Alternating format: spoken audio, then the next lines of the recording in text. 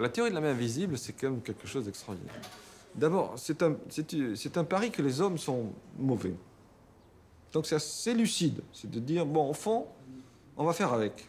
Les hommes, ils sont égoïstes, cupides, plutôt méchants. Et ils pensent à eux. Et le reste, ils n'aiment pas le collectif. Ils ne sont pas solidaires.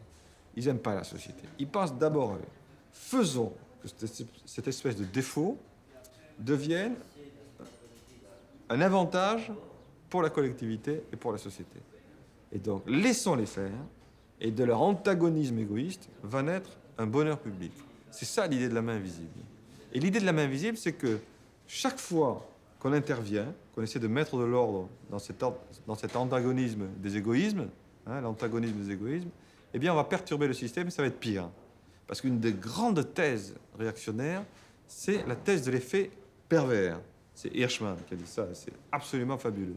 C'est-à-dire que les hommes de droite, les réactionnaires, ont toujours accusé les hommes de gauche de vouloir faire le mal en voulant faire le bien. Vous voulez faire le bien, vous voulez aider les pauvres, vous allez créer beaucoup plus de pauvres.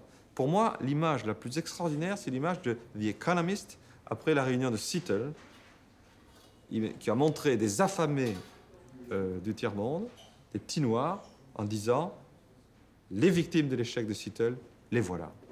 Ça, c'est immonde. C'est pire que les publicités de Benetton. C'est fondé sur l'idée de dire, vous avez voulu vous amuser à interdire l'OMC, etc. Qu'est-ce que vous faites? Vous avez créé des pauvres, des malheureux, des affamés, etc., etc. Alors que ce système crée d'abord des pauvres, des affamés et des malheureux, bien entendu. Donc ça, cette espèce de... Alors la main invisible, c'est de dire laissez faire, quoi. Laissez faire. Vous n'y pouvez rien. L'homme est méchant. Il est mauvais. Donc ce qui peut arrêter la méchanceté de l'homme, c'est de la méchanceté d'un autre homme. Hein? Et donc mettez deux méchants ensemble, et bien ils s'équilibreront et laissez faire, et tout ira bien.